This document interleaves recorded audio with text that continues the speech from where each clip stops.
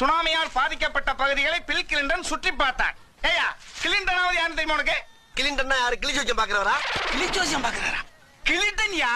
யோ, அவருக்கு எனக்கு பழக்கமே கிடையாதுயா. பழக்கம் இல்லையா? ஏயா அவர் உங்க கூட வந்து பழகுவாரா?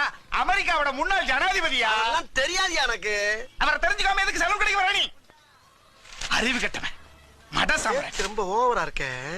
சதாம் ஹுசைனை தூக்கில் போட்டது சரியா தவறா? ஏண்டா ஹுசைன் யாருன்னு உனக்கு தெரியுமா? தெரியுமே, அந்த கறிக்கடை ஜாகிர் ஹுசைன் தானே? கறிக்கடை ஹுசைனா?